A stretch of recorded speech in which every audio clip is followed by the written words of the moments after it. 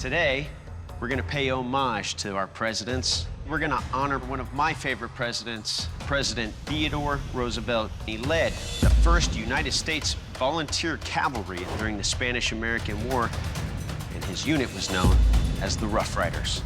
Today, there will be no signature blades in your signature style. Instead, we'll be giving you a piece of W1 round stock from which to forge this.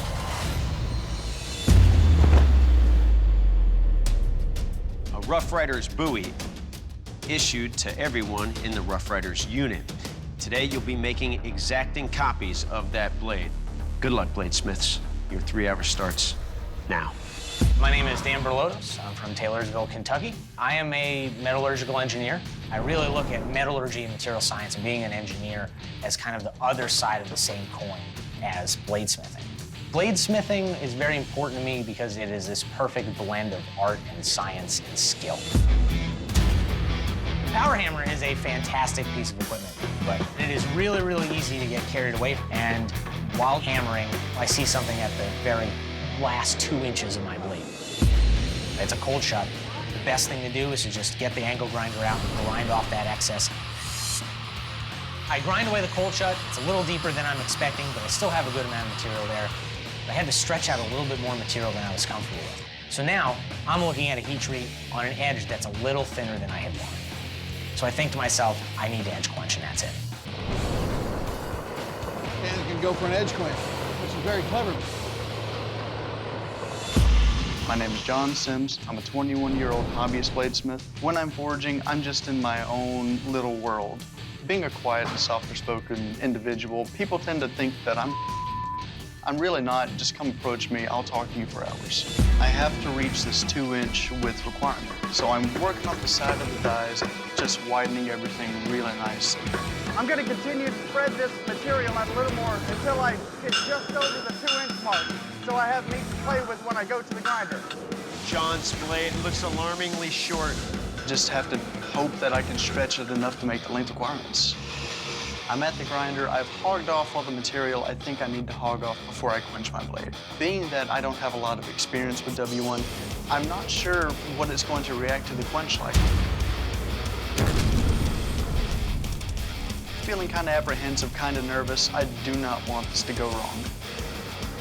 After the quench, I check the blade for straightness. It's fairly straight. I don't see any major warps. My name's Josh Nicolaitis. The reason why I started bladesmithing is because I was practicing a lot of survival skills, and all the store-bought knives that I had just turned out to be junk, so I figured I could make my own. My friends would describe me as the goofy redneck from down the road. I would describe me as the goofy redneck down the road. So Josh is drawing his steel out lengthwise. So you really want to fuller it to width. What are the best ways to fuller here? Blue has fullering dies, and you have to go at it from right angles to how you use it. Which isn't happening. Working my steel, I'm feeling good about the length, and then it dawns on me that I have to make this 2 inches wide as well. Josh, he's been struggling a little bit, trying to make the width. He now has a very thin blade. He's at the grinder. I'm in a mad dash to get this done, and time's flying by. So now I'm getting ready to quench this W1 steel. Josh is in the quench right now. I'm looking at it, and I can tell that there is a warp to it. I forged it out too thin, trying to meet that 2-inch wide parameter, and I've picked up a warp. 3, 2, 1.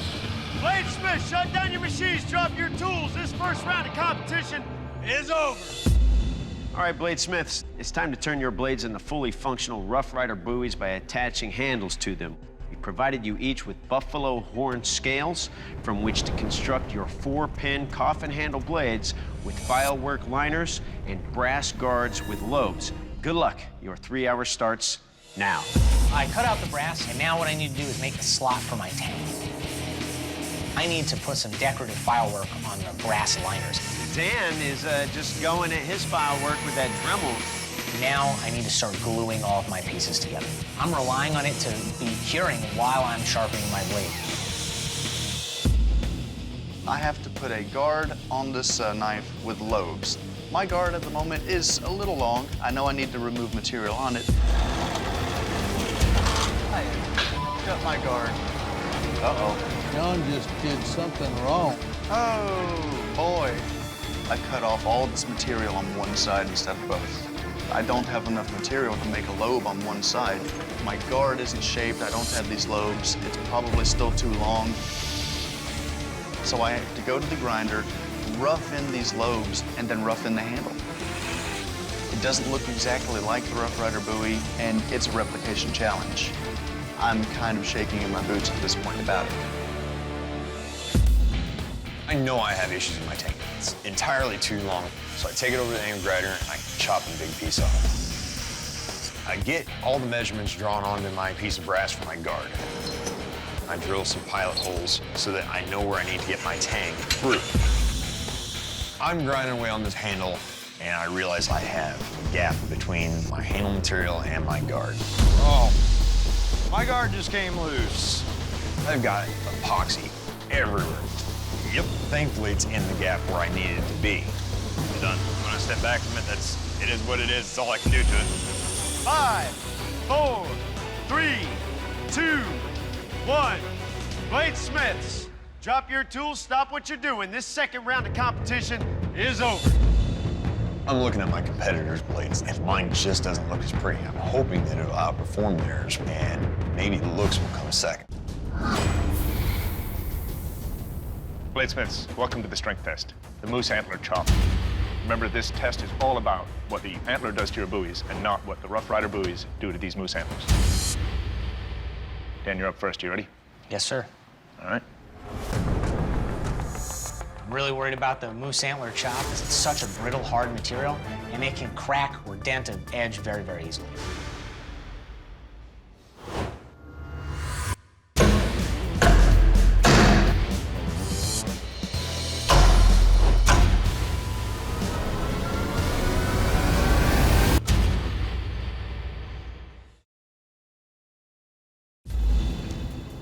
Well, Dan, first things first, this edge held up perfectly. There's no plinting, rolling, chipping. One small issue, there's a little piece of the handle that comes up right here, and it's sharp. In general, really well done. Thank you. John, you're up. You ready? Yes, sir. There are gaps in my handle, and that could pose some issues. In the back of my mind, I'm thinking that the handle could just fly apart.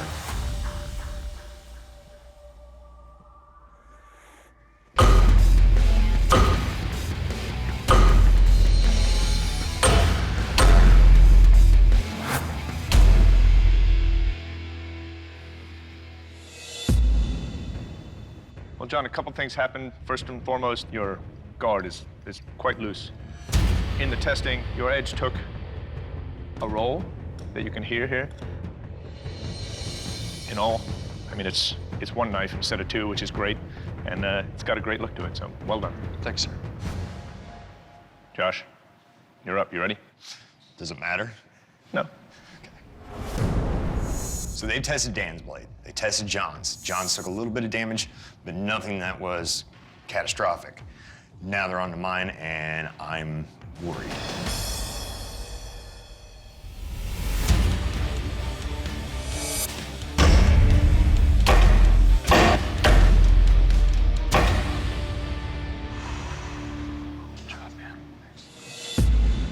Well, Josh, first things first, there's some serious gaps on both sides between the handle material and the guard. Aside from those issues, the blade held up perfectly. Well done. Thank you. Bladesmiths, welcome to the sharpness test, the fish slice. Dan, you're up first. You ready? Yes, sir. Let's do this.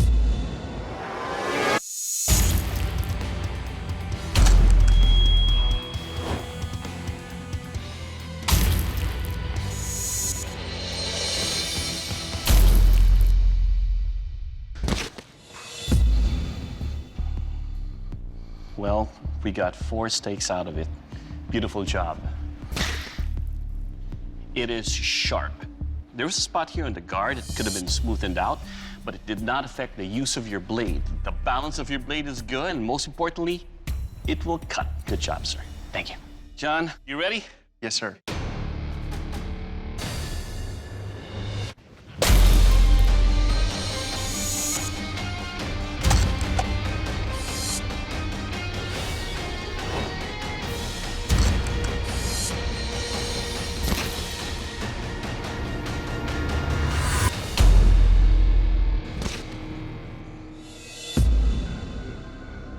All right, John, let's talk about your Rough Rider Bowie right here.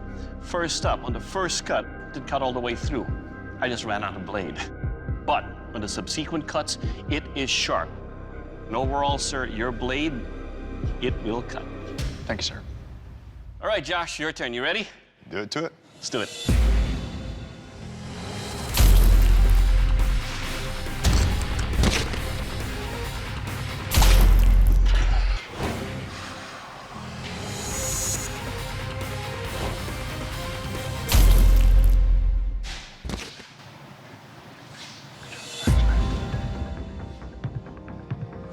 All right, Josh, let's talk about your blade here. First up is the handle.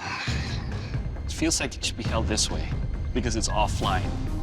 And in one of the cuts, it did affect the way I was indexing. I hit with the guard and then into the blade. But this is a sharp blade and it will cut. That's awesome. That's all I wanted to hear. Bladesmiths, we asked you to make Rough Rider buoys to honor President Theodore Roosevelt. The judges' deliberation is complete. They've made a final decision. Only 2 of you can move forward into the finale. One of you bladesmiths has to leave the forge. Bladesmith leaving the forge is John. Your blade didn't make the cut. David Baker's going to tell you why. John, this decision came down to the strength test, in which your blade picked up a rolled edge and a loose guard, making it the only blade that took any damage. John, please surrender your buoy. My only real regret is that the handle just didn't hold up, the guard didn't hold up. I would have worked better on the handle. I came here to prove to myself that I am working down the right path of my craftsmanship.